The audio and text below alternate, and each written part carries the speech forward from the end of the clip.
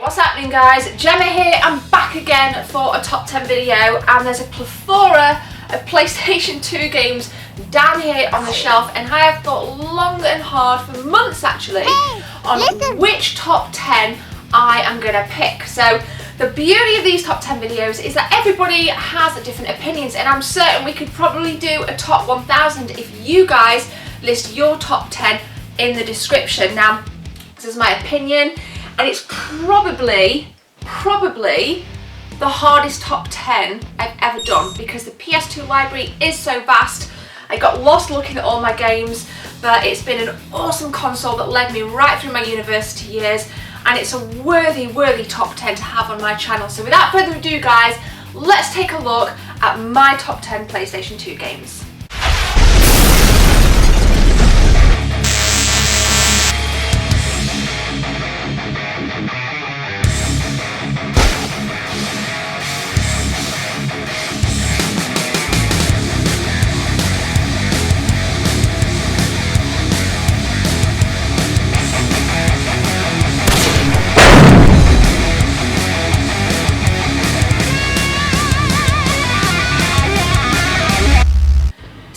Number 10 is a racing game, not typically a genre I would pay much attention to, but Burnout 3 Takedown was a fantastic timed sucker back in 2004, and for me Burnout 3 was one of those games that you stayed up all night playing with your friends, and I just had a shit ton of fun playing it.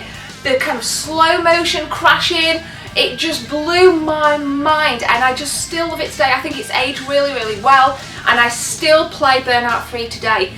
It's worthy of any top 10, and I'd be surprised if I watched a top 10 PS2 video and it wasn't there. So Burnout 3 kicks us off at number 10. In at number 9 was a game that was released on the PlayStation about a year before it came out on the original Xbox, and that is Baldur's Gate, Baldur's Gate Dark Alliance. Bit of a tongue twister there. Now I really enjoy this game. It reminds me a lot of Diablo 3 on the PlayStation 3 and on PlayStation 4.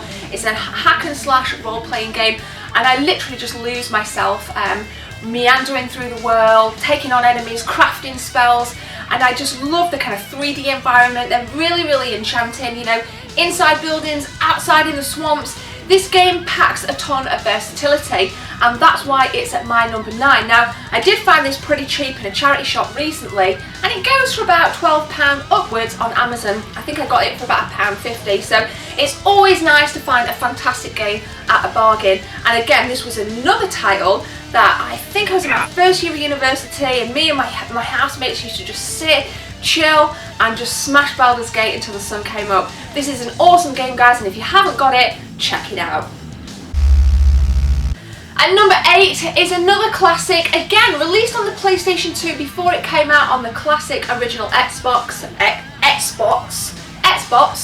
Prince of Persia: Sands of Time. Now, definitely me, died a lot whilst playing this game, but the beauty and the majestic feel of this game comes with the ability to rewind time and basically have a second, third and fourth chance to replay a specific area. And I think it's that trait alone for me that really captivated me. I wasn't particularly entrenched with the story, but for me this is in my top 10 because the mechanics are really fucking awesome. What more can I say? Again, it's a pretty popular game, it's really easy to pick up. I'm certain a lot of you guys out there would have played it on PS2 and later on the Xbox original, but if you haven't, guys, grab it. It's absolutely awesome. Unfortunately, the series died a death for me after the PlayStation 2. You know, I didn't really like the cel-shaded PlayStation 3 version, but nonetheless, Sands of Time, guys, is number 8. So at number 7, guys, is a game that I got into pretty recently, didn't see me through my university days, and that is Dragon Quest, The Journey of the Cursed King. Now, this has had numerous releases. I do believe you can kind of pick this up on the 3DS as well. This game, again, is a game that's aged really well. It's a nice cel-shaded world. It looks incredibly beautiful, and the colour palette is immensely rich. So to the eye, and if you're somebody that really appreciates aesthetics in a game, this is definitely for you. Now, it's a turn-based RPG, so again, similar to Final Fantasy, if you're into your turn-based stuff, please check this out. It's absolutely great. And early on in the game, you're greeted with 4 players that can join your party, and you just kind of go again. You know, it's just this powerful journey through the world, and you know, even just to kind of look at the box art front and back, you know you're in for a cracking game when, you know, Square Enix is the developer. I just remember playing this for the first time about 3 years ago, and I think I was with my brother, and he said, Jesus Christ, Jen, why did we not see this game and play this game when it originally came out? But sometimes you miss them, but unfortunately I didn't miss it this time round, and it's at number 7 in my top 10 list. In at number 6 then, guys, is a franchise that's done incredibly well across the Sony platforms, and that is Ratchet & Clank 3.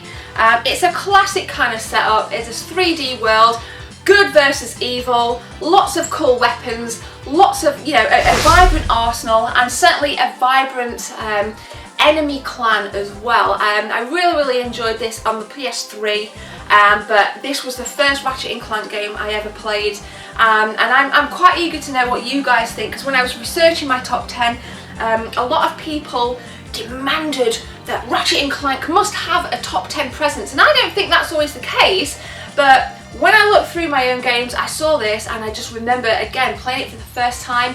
I think I was with my younger brother actually, and I was just absolutely hooked. It's so much fun. It reminds me of being a kid.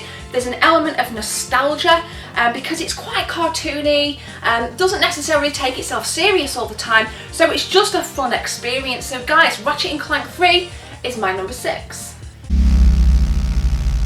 Now a lot of you guys are probably thinking and trying to guess that there's going to be a GTA title at number 1. You're actually wrong, because at number 5 I'm putting GTA Vice City in the top 5. Now it would have been a bit too much of a cliche to put a GTA game at number 1. It's a pretty overbaked series, but nonetheless a series that is firmly grounded within the gaming world.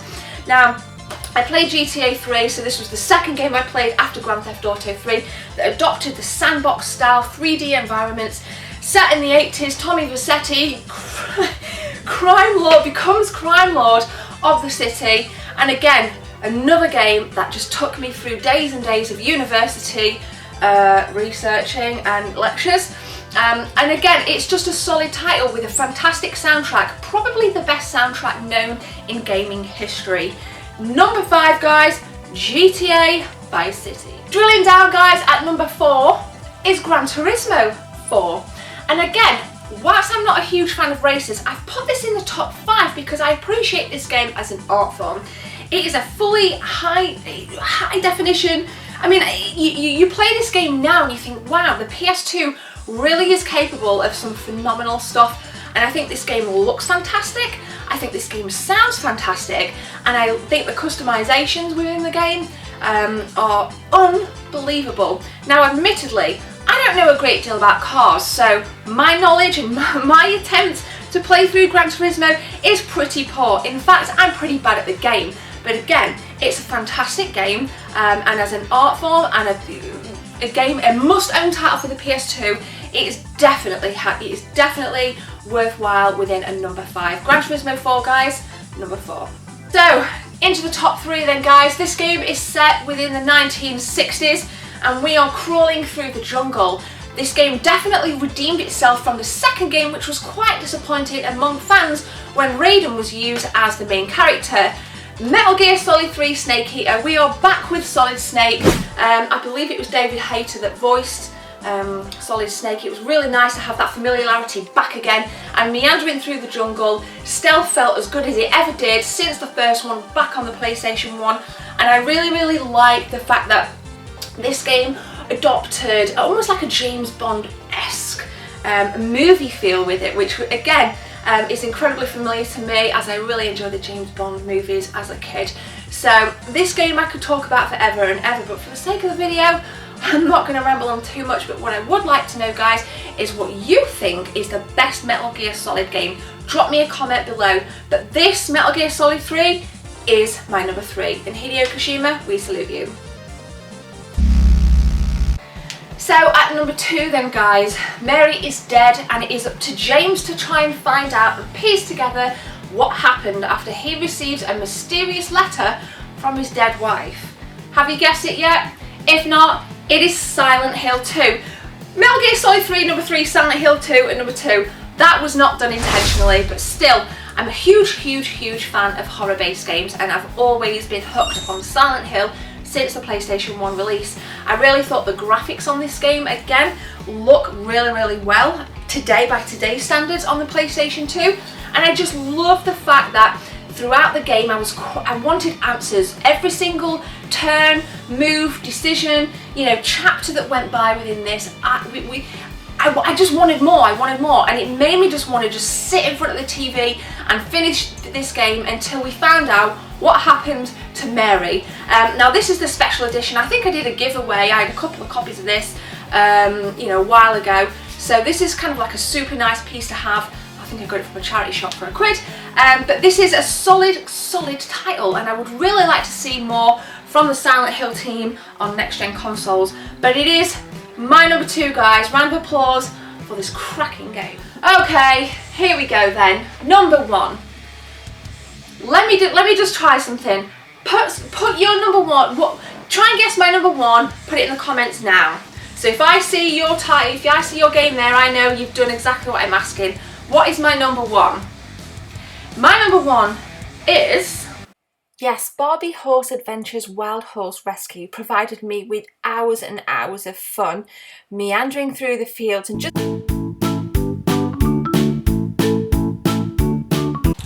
Final Fantasy X. Now a lot of people say Final Fantasy XII is better. That's absolutely fine. The difference in opinion is fine by me. Final Fantasy X was groundbreaking for numerous reasons.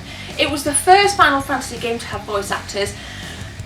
The world looks stunning. For the first time, you really got this sense of immersion with the colours and the people and the background noises and the interactions and just the activities that you could undertake within this fantastic game.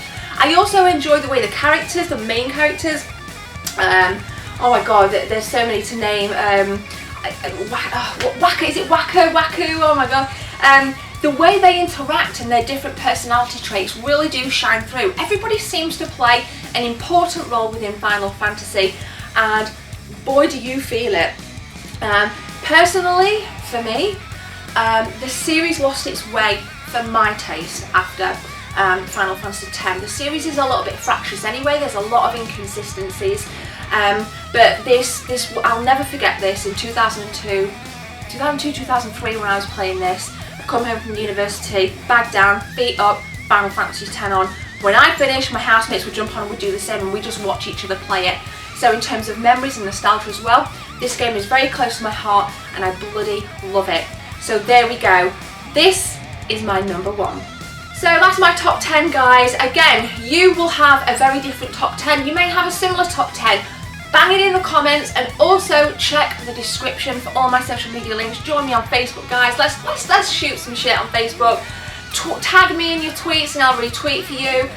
If you have any questions or recommendations on future top 10s, again, smash it in the comments. But for now, if you like this video, please smash a like, please hit subscribe, and I just want to say thank you for all the support. My name's Gemma, guys, and I will see you very soon.